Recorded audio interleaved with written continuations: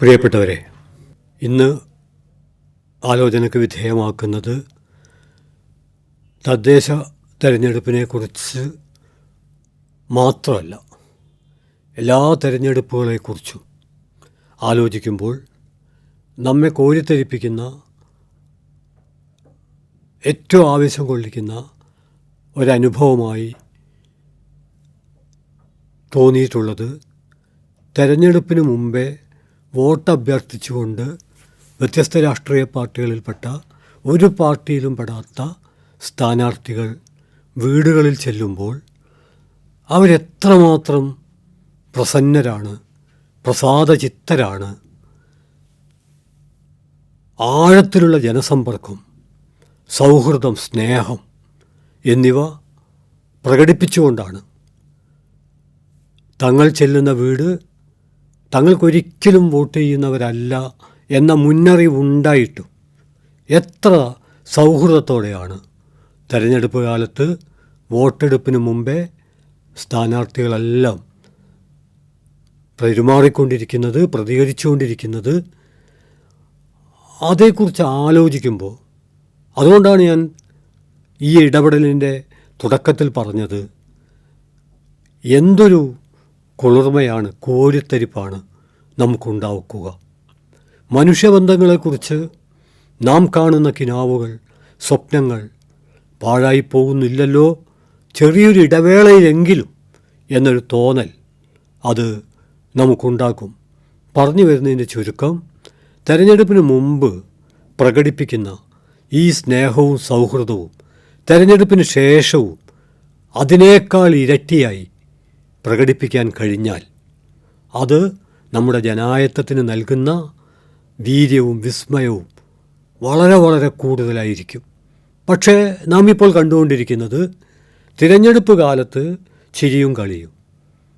തെരഞ്ഞെടുപ്പ് കഴിഞ്ഞാൽ എല്ലാവരുടേതും എന്ന് പറയാൻ കഴിയില്ല, ചിലരുടെയെങ്കിലും സ്വഭാവത്തിൽ മാറ്റം വരുന്നതായിട്ടാണ് കാണുന്നത്. കുറച്ചുകൂടി കൃത്യമായി പറഞ്ഞാൽ, അധികാരം ഇടിച്ചു കയറിയ ശരീരങ്ങൾ, മനസ്സുകൾ, മസ്തിഷ്കങ്ങൾ, മനുഷ്യബന്ധങ്ങൾക്കിടയിലേക്ക് അധികാരം ഇടിച്ചു കയറുമ്പോൾ മനുഷ്യർക്ക് സംഭവിക്കുന്ന ഹൃദയച്ചുരുക്കം, തിരഞ്ഞെടുപ്പ് പ്രചാരണത്തിൻ്റെ തുടക്കത്തിലെ ഹൃദയവിശാലതയും വിനയവിസ്തൃതിയും നഷ്ടപ്പെട്ടു പോകുന്നൊരവസ്ഥ. അതുകൊണ്ട് തിരഞ്ഞെടുപ്പുകൾ ജനായത്തത്തിൻ്റെ ഉത്സവമാണ്.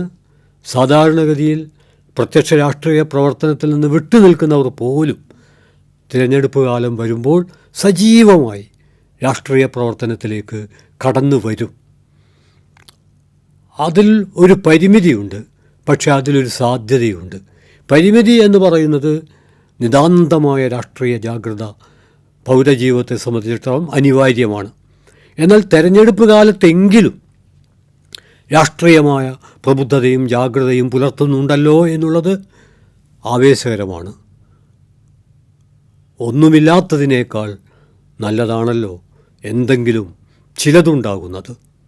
ആ അർത്ഥത്തിലാണ് ഞാൻ തെരഞ്ഞെടുപ്പ് കാലത്ത് മാത്രം ഉണരുകയും തിരഞ്ഞെടുപ്പ് കഴിയുന്നതോടെ ഉറങ്ങുകയും ചെയ്യുന്ന ഭൂരിപക്ഷം വരുന്ന മനുഷ്യരുടെ പെരുമാറ്റത്തെ, അതിനെ പൂർണ്ണമായ അർത്ഥത്തിൽ അരാഷ്ട്രീയമെന്ന് വിളിക്കുന്നില്ല, പക്ഷേ പ്രബുദ്ധമായൊരു രാഷ്ട്രീയം ഇല്ലാതെ പോകുന്നില്ലേ എന്ന ഉത്കണ്ഠ മറച്ചുവെക്കുകയും ചെയ്യുന്നില്ല. പറഞ്ഞു വരുന്നത്, ജനായത്തത്തിൻ്റെ ഉത്സവമായ തിരഞ്ഞെടുപ്പുകളെ തിളക്കമുള്ളതാക്കി തീർക്കാൻ നമുക്ക് കഴിയണമെങ്കിൽ തിരഞ്ഞെടുപ്പ് കാലത്ത് പ്രകടിപ്പിക്കുന്ന സൗഹൃദം അതിനേക്കാൾ കൂടുതൽ ശക്തമായി തെരഞ്ഞെടുപ്പ് കഴിഞ്ഞാലും തുടരണം. ഇതാണ് തുടക്കത്തിൽ പറഞ്ഞ പോലെ തദ്ദേശ തെരഞ്ഞെടുപ്പിനെക്കുറിച്ച് മാത്രമല്ല, 2025 കേരളത്തിൽ നടന്ന തെരഞ്ഞെടുപ്പിനെക്കുറിച്ച് മാത്രമല്ല, പൊതുവെ തെരഞ്ഞെടുപ്പുകളെക്കുറിച്ച് ആലോചിക്കുമ്പോൾ പറയാനുള്ളത്. അതിങ്ങനെ സംഗ്രഹിക്കാമെന്ന് വിചാരിക്കുന്നു. മനുഷ്യർ ആഴത്തിൽ മനുഷ്യരാവുന്ന മുറക്ക് പല സമയങ്ങളിൽ പല കാരണങ്ങളാൽ അറിഞ്ഞും അറിയാതെയും അവിടെ ശരീരത്തിലും മനസ്സിലും മസ്തിഷ്കത്തിലും അടിഞ്ഞുകൂടിയ അധികാരത്തിൻ്റെ മാലിന്യങ്ങൾ പുറത്തു പോകണം. ഇനി കേരളത്തിൽ നടന്ന തദ്ദേശ തെരഞ്ഞെടുപ്പിലേക്ക് നാം തിരിച്ചു വന്നാൽ അതിൻ്റെ രാഷ്ട്രീയമായ വിശകലനം വ്യത്യസ്ത രീതിയിൽ നടന്നുകൊണ്ടിരിക്കുന്നുണ്ട്. അതേക്കുറിച്ചല്ല, അതിനു പകരം സാംസ്കാരിക തലത്തിൽ കേരളത്തിൻ്റെ സാമൂഹ്യ ജീവിതത്തിൽ എന്താണ് സംഭവിച്ചുകൊണ്ടിരിക്കുന്നത് എന്നതിനെക്കുറിച്ചുള്ള ഒരു സംക്ഷിപ്തമായ, വളരെ വിപുലമായി വിശദമായി നടത്തേണ്ട ഒരു അന്വേഷണമാണ്, ആലോചനയാണ്. പക്ഷേ വളരെ സംക്ഷിപ്തമായി മാത്രമാണ് അതേക്കുറിച്ച് സൂചിപ്പിക്കുന്നത്. പുരോഗമന കലാസാഹിത്യ സംഘത്തിൻ്റെ നയപ്രഖ്യാപന രേഖയിൽ ഒരു ഭാഗത്ത് കേരളം പ്രത്യക്ഷത്തിനപ്പുറം എന്ന വളരെ കൂടുതൽ സംവാദം ആവശ്യപ്പെടുന്ന ഒരു പരികൽപ്പന അവതരിപ്പിച്ചിട്ടുണ്ട്. അതിൻ്റെ അടിസ്ഥാനത്തിൽ ആലോചിക്കുമ്പോൾ നമുക്കറിയാം, പ്രകടമായി നേർക്കുനേർ കാണുന്നതല്ല കേരളീയ ജീവിതം. അതിൽ അഭിമാനിക്കാവുന്ന പലതുമുണ്ട്, അഭിമാനിക്കാൻ പറ്റാത്ത പലതുമുണ്ട്. അഭിമാനിക്കാൻ പറ്റാത്ത ആ പലത് കൊടിപറത്തുന്നൊരു പശ്ചാത്തലം കേരളത്തിലും രൂപപ്പെട്ടു വരികയാണോ എന്നത് തദ്ദേശ തെരഞ്ഞെടുപ്പിൻ്റെ പശ്ചാത്തലത്തിൽ കൂടുതൽ ചർച്ച ആവശ്യപ്പെടുന്നുണ്ട്. ഞാൻ പറയാൻ ശ്രമിക്കുന്നത്, ജനായത്തത്തിൻ്റെ മതനിരപേക്ഷതയുടെ ഉരുക്കുകോട്ടയായ, ഇന്ത്യൻ ഫാസത്തിന് ഏറ്റവും അധികം വെല്ലുവിളി ഉയർത്തുന്ന കേരളത്തിൽ പോലും സംഘപരിവാർ ഫാസിസ്റ്റുകൾ പല സ്ഥലത്തും തലപൊക്കിയിരിക്കുന്നു എന്നുള്ളതാണ്. ഒരു ഇടതുപക്ഷ സാംസ്കാരിക പ്രവർത്തകൻ എന്ന നിലയിൽ പല സമയത്ത് XY എന്ന അർത്ഥത്തിൽ ഏതെങ്കിലും വ്യക്തികൾ മാത്രമല്ല, മതനിരപേക്ഷ കാഴ്ചപ്പാട് പുലർത്തുന്ന സാംസ്കാരിക പ്രവർത്തകർ എത്രയോ തവണ മുന്നറിയിപ്പ് നൽകിയിട്ടുണ്ട്. ഒരു സാംസ്കാരിക വിമർശകൻ എന്ന നിലയിൽ 90കളിൽ തന്നെ ഹിന്ദുത്വത്തിൻ്റെ രാഷ്ട്രീയ പരിണാമം എന്ന പുസ്തകത്തിലൂടെ KS ഹരിഹരനൊപ്പം, അതിനുശേഷം ഫാസത്തിൻ്റെ അദൃശ്യലോകം എന്ന പുസ്തകത്തിലൂടെ, സമീപകാലത്ത് സീത ജയശ്രീറാം വിളിച്ചിട്ടില്ല, കിനാവ് കാണുന്ന വാക്കുകൾ തുടങ്ങിയ പുസ്തകങ്ങളിലൂടെ, നിരവധി പ്രഭാഷണങ്ങളിലൂടെ പറഞ്ഞുകൊണ്ടിരിക്കുന്ന പ്രധാനപ്പെട്ട ഒരു കാര്യം, കേരളത്തിൽ സംഘപരിവാർ ആശയം മേൽക്കൈ നേടിക്കൊണ്ടിരിക്കുന്നു എന്നുള്ളതായിരുന്നു. മാത്രമല്ല, അന്ന് സംഘപരിവാർ ആശയങ്ങൾ മേൽക്കൈ നേടുമ്പോൾ തന്നെ രാഷ്ട്രീയമായി അവർക്ക് ആ വിധം മുന്നോട്ട് വരാൻ കഴിഞ്ഞിരുന്നില്ല. എന്നാൽ അന്ന് തന്നെ ജനായത്തവാദികൾ തിരിച്ചറിഞ്ഞ ഒരു വലിയ പ്രതിസന്ധി ഉണ്ടായിരുന്നു. അതായത് സാംസ്കാരികമായ മുന്നേറ്റവും രാഷ്ട്രീയമായ പിന്നേറ്റവും ദീർഘകാലം അതേപോലെ നിൽക്കുകയില്ല. സാംസ്കാരികമായ മുന്നേറ്റം വൈകാതെ തന്നെ രാഷ്ട്രീയമായ മുന്നേറ്റം കൂടിയായി തീരാനുള്ള സാധ്യത കൂടുതലാണ് എന്ന മുന്നറിയിപ്പുകൾ നൽകിയിരുന്നു. 2025 തദ്ദേശ സ്വയംഭരണ തെരഞ്ഞെടുപ്പിൽ കേരളം സാക്ഷ്യം വഹിച്ചത് മുമ്പേ സ്ഥാപിച്ച സാംസ്കാരിക മേൽക്കോയ്മ രാഷ്ട്രീയ മേൽക്കോയ്മയായിട്ടില്ലെങ്കിലും സാന്നിധ്യമായി മാറുന്നതാണ്. ഇത് മലയാളി സമൂഹത്തെ എവിടെയാണ് കൊണ്ടെത്തിക്കുക? അതേക്കുറിച്ചുള്ള ഗൗരവമായ സാംസ്കാരിക അന്വേഷണങ്ങൾ ഉണ്ടാകേണ്ടതുണ്ട് എന്നാണ് രണ്ടാമത് അമർത്തി പറയാനുള്ളത്. അല്ലെങ്കിൽ എല്ലാ മലയാളികളും മതനിരപേക്ഷ കാഴ്ചപ്പാട് പുലർത്തുന്ന സകലമാന മനുഷ്യരും ഒരു വിട്ടുവീഴ്ചയും കൂടാതെ അമർത്തി പറയേണ്ടത്. മൂന്നാമത്, ഇത്തരത്തിൽ തിരഞ്ഞെടുപ്പിലൂടെ ഇന്ത്യൻ ഫാസിസ്റ്റുകൾ അധികാരത്തിൽ വരാതിരിക്കാൻ വന്നു കഴിഞ്ഞ സ്ഥിതിക്ക് എങ്ങനെ ജനായത്തത്തിൻ്റെ സാന്നിധ്യം ദൃഢപ്പെടുത്താം എന്നുള്ള ആലോചനക്ക് മുൻഗണന നൽകേണ്ടതുണ്ട്. മറ്റൊരർത്ഥത്തിൽ പറഞ്ഞാൽ, അന്ധമായ കക്ഷിപരതയുടെ ചെറിയ കുടുസ് ലോകങ്ങളിൽ നിന്ന് ഒരു ഭാഗത്ത് ഫാസവും മറുഭാഗത്ത് ഫാസിസ്റ്റ് വിരുദ്ധരും എന്ന ധ്രുവീകരണം സാധ്യമാക്കുന്ന തരത്തിൽ ഇടപെടലുകൾ വളർന്നു വരേണ്ടതുണ്ട്. കാരണം നമ്മുടെ സാമൂഹ്യ ജീവിതത്തിന് വ്യത്യസ്ത അഭിപ്രായങ്ങൾ അവതരിപ്പിക്കാനുള്ള ജനായത്ത പരിസരത്തിന് ഒക്കെ പരിക്കേൽപ്പിക്കുന്ന തരത്തിലാണ് കാര്യങ്ങൾ മുന്നോട്ട് പോകുന്നത് എന്ന് നാം മനസ്സിലാക്കേണ്ടതുണ്ട്. അതുകൊണ്ട് തുടക്കത്തിൽ പറഞ്ഞ പോലെ ഇത് തെരഞ്ഞെടുപ്പിനെക്കുറിച്ചുള്ള വളരെ വിശദമായിട്ടുള്ള ഒരാലോചനയോ അന്വേഷണമോ അല്ല, മറിച്ച് ഈ തെരഞ്ഞെടുപ്പിൽ ജനായത്തത്തിനൊരു താക്കീതുണ്ട്, ഒരു മുന്നറിയിപ്പുണ്ട്. ഏത് തെരഞ്ഞെടുപ്പിലും ആരെങ്കിലും ജയിക്കും, ആരെങ്കിലും തോൽക്കും. ജയിച്ചവരെ ജനായത്തപരമായി വിമർശനപരമായി അംഗീകരിക്കുക എന്നുള്ളത് വളരെ പ്രധാനപ്പെട്ടതാണ്. എന്നാൽ ആര് ജയിച്ചാലും ആര് തോറ്റാലും മനുഷ്യത്വം തോൽപ്പിക്കപ്പെടാൻ പാടില്ല. അത് തോൽപ്പിക്കപ്പെട്ടാൽ പിന്നെ ജയത്തിനും തോൽവിക്കും മൂല്യമുണ്ടാവില്ല. അതുകൊണ്ട് മനുഷ്യത്വം തോൽപ്പിക്കപ്പെടുകയില്ല എന്ന് ഉറപ്പുവരുത്തേണ്ട ഉത്തരവാദിത്വം